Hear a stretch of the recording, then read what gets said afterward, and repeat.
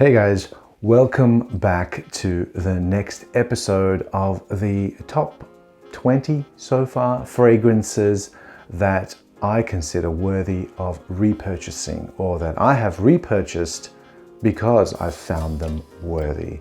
So I've gone through a few and now it's time to go through a few more. In 2020, nostalgia peaked for me anyway.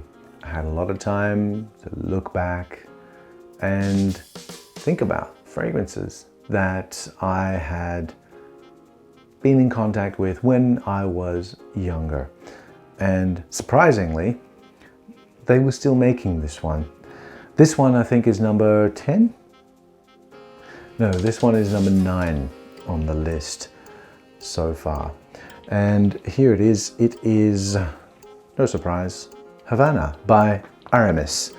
And this one I picked up quite cheap from Fragrance X last year, and was kind of hesitant because, as with all fragrances that were released well before the year 2000, they have been reformulated. They have changed the scent. In many of the fragrances, it has not been done well, in that if you remember the scent in a particular way, it'll remind you of it, but it won't be the same thing. It won't have the same depth. It won't have the same development, and it certainly won't last as long as it used to, or as long as you used to remember it lasting. It's kind of like reformulated fragrances are kind of like seeing your heroes for the first time when they're older, and they're not like how they were in their prime or in their peak. Case in point, I'm a big Prince fan. I went to see Prince in concert. This was in 2004. And when I saw Prince in concert, it wasn't like all the other concerts that I had watched on TV of Prince, where he would just dance the whole way through and he was very energetic. Mind you, it was a fantastic concert, but you could tell his moves were a little slower. He wasn't as youthful as he used to be. Even at that time, he was probably, getting tired because he had been dancing and jumping around for so many years.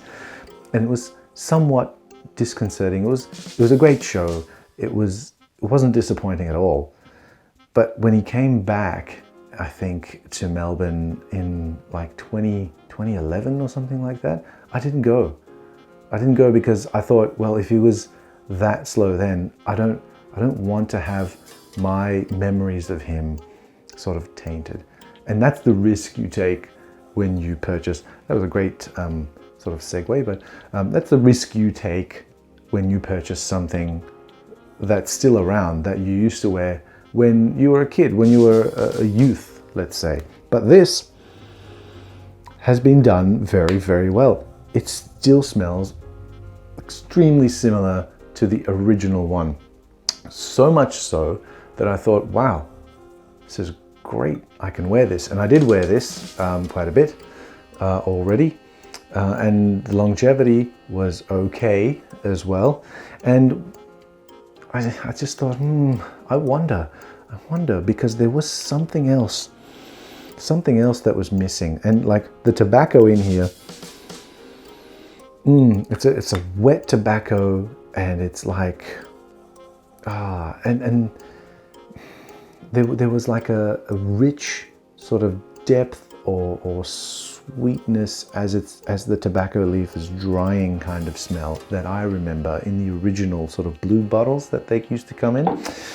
So I went and I found one. Oh my God. I found one. It's not been kept in the best condition, but I really like these bottles, these little bottles. I used to have a big 100 ml of this, and I've also had the Havana Reserva as well, which was beautiful. It came in like a wooden cap too. So this, of course, is sweeter, and the tobacco is drying. It's not as wet, and And it still actually lasted quite a long time, even though this is, well over 20 something years old. I don't even know, I can't even date this thing. Yeah, so Havana and Havana, definitely worth repurchasing. I think it's a staple for any man who has hair on his chest. In my never-ending hunt for Gucci Pour Homme 1 and its scent, I came across this next fragrance that I consider worthy of a repurchase because I have repurchased it, because it's just that good. Everybody has everything awesome and excellent to say about this, which is number 10 on the list so far that I have repurchased. And some crackpot on some review website, or some crackpots on some review websites with some really funny noses thought that this smelled very similar to Gucci Pour Homme 1, which it doesn't. It might have the same kind of deep and dark vibe, but it doesn't smell similar at all. This, what I'm talking about, is a Bentley For Men Intense. What can I say about this fragrance that hasn't already been said by every bloody fragrance reviewer on YouTube? And this is all I've got left. And this is not my first bottle. It's actually, technically this is my first bottle because I originally was looking for this and it was kind of hard to find at that point when it was still quite new. And I found it from some website, I think in California, that does perfumes.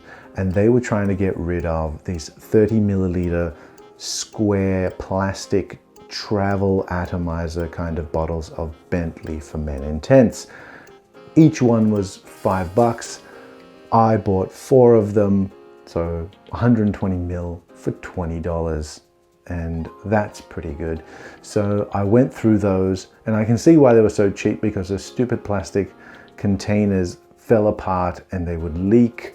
And when you grabbed it, your hand would smell of Bentley For Men Intense, which wasn't the worst thing in the world, but then so would your entire closet or wardrobe or office desk, wherever you keep your fragrance. So when those finally finished, I thought, yeah, well, I guess I'm gonna need a bottle of this to keep the juice going.